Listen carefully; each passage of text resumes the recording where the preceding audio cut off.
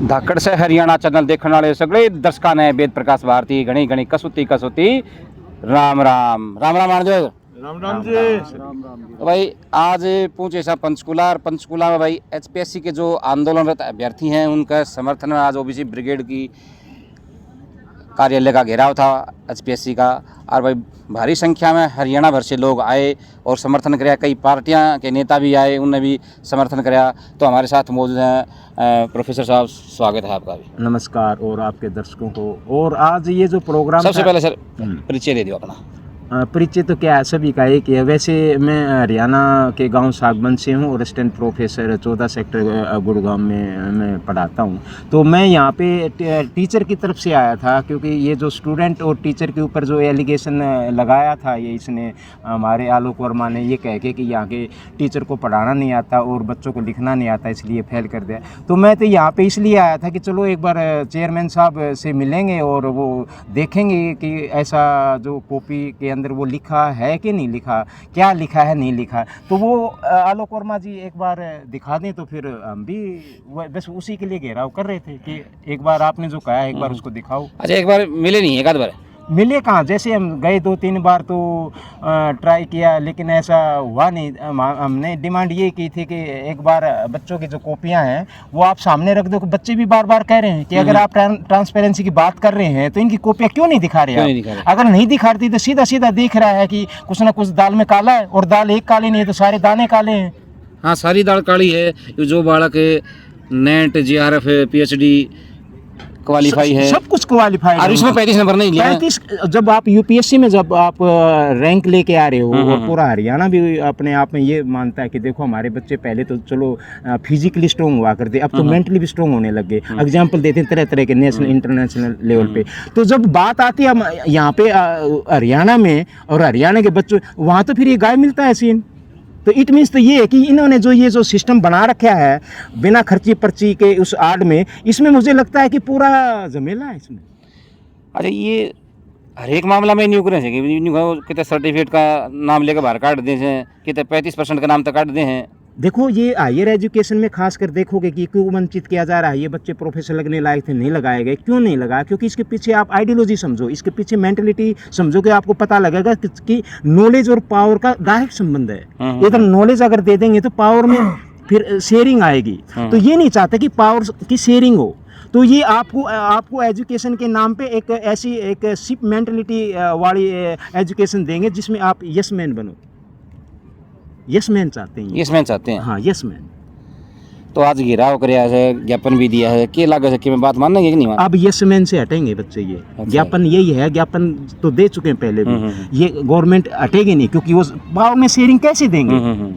दे ही नहीं सकते ना। अगर देंगे तो फिर इनका सिस्टम डगमगा जाएगा। अब तो आगाज बच्चों ने आज यही किया है यहाँ पे कि अब हमें कुछ और रास्ता अपनाना पड़ेगा, क्योंकि जुडिशरी से लेके नीचे तक सब इनका है। तो अब रास्ता क्या है? फिर मैंने रास्ता मेरे से पूछा तो मैंने बता, देखो इधर ये कालियाँ बैठी, ये एकमात्र रास्ता है। अब कालियाँ आएंगी, अपने हाथ में बागडोर लेंगी और वो बताएंगे कि क्या है रास्ता, और ये निकालेंगे। और डायरेक्शन वाला है, तो डायरेक्शन अब आएगी तो अपने काम हो जाएगा। और मुझे लगता है ये कालियाँ अब जगेंगी और यहाँ से एक नई क्रांति का आगाज़ होगा, क्योंकि हमें शिक्षा के अंदर क्रांति लेके आनी है। हमें ऐसी शिक्षा लेके आनी है जिससे स्वास्थ्य आए, रोजगार आए। अभी का जो मॉडल है 20 NEP का हमारा, उसके अंदर ना तो हमारा स्वास्थ्य है, बच्चे पढ़ते पढ़ते मेंटल हो जाते हैं, ना उसमें रोजगार आ रहा है। देखो बेरोजगारी का ये भर जाते हैं मैदान।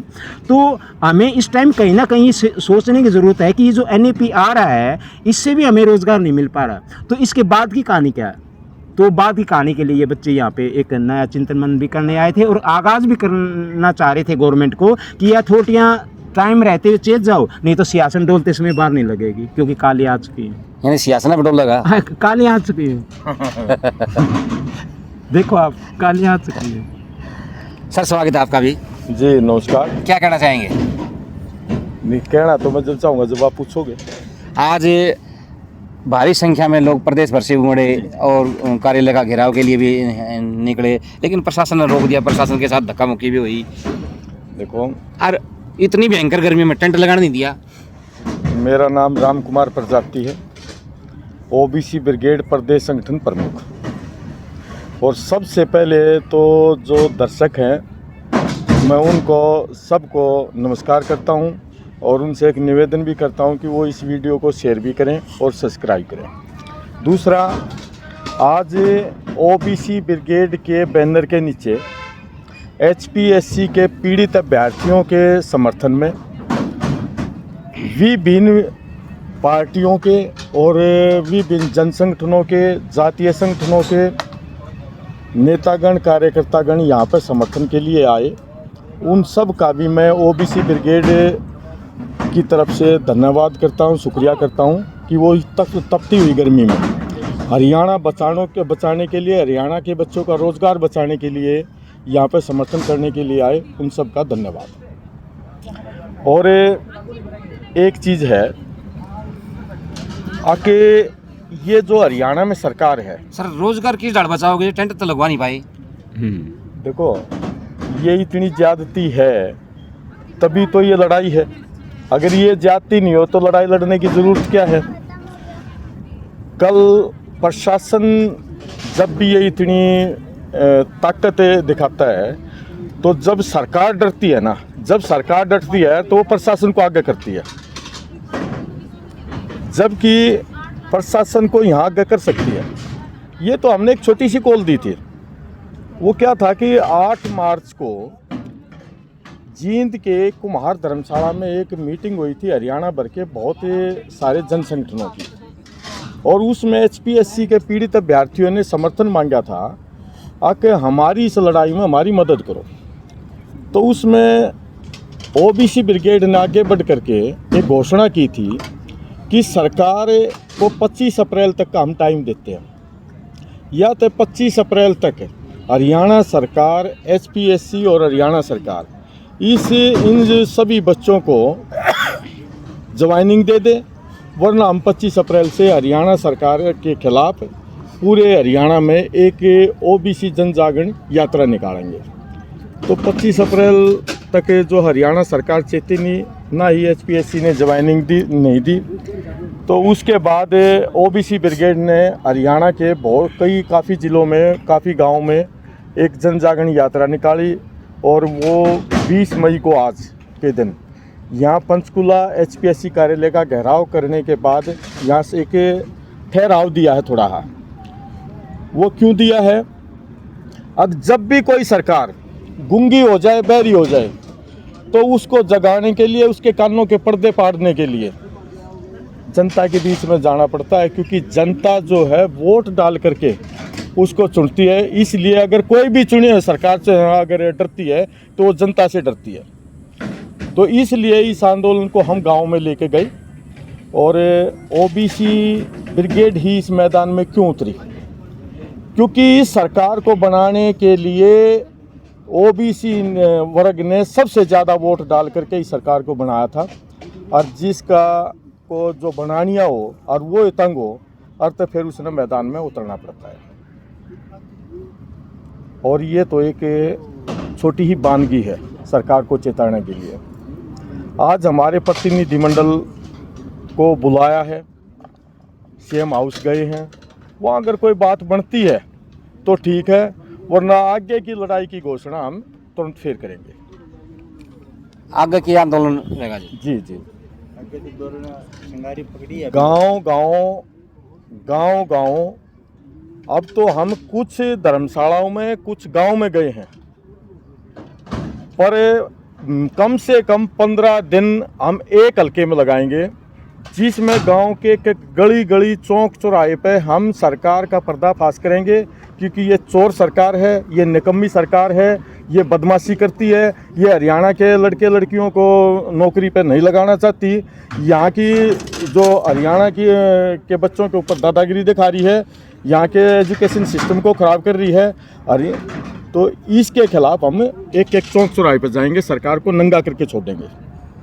और इस गांव के अंदर तो जैसे ये कह रहे हैं, जैसे घूम के भी आए हैं अभी, और अब एक जैसे अभी कुछ टाइम के बाद देखोगे आप, यूनिवर्सिटी स्कूल कॉलेज वाइज है ना, अब एक ऐसे एक ग्रुप बनने वाला है जो बच्चे अवेयर होके ऐसे सवाल उठाएंगे सिस्टम पे, अपने अंदर बाहर, यानी वो डरेंगे नहीं, अब वो कुछ एक, क्योंकि क्रांतियाँ जब भी होती हैं कुछ एक सवालिया निशान से, यानी जब आप एक स्टेट ऑफ कॉन्शियसनेस में आ जाते हो जहाँ पे डर नहीं होता, और वहाँ पे जब आप कुछ प्रश्न सवाल आपके अंदर उठते हैं, वो अलग ही मामला होता है। तो मुझे लगता है कि अब ये बच्चे आने वाले समय में स्कूल कॉलेज वाइज एक जन जागरण यानी आत्मज्ञान वाली अनुभूति वो सच में सवालों के द्वारा अब कराएंगे आप, अगर गवर्नमेंट नहीं मानी तो।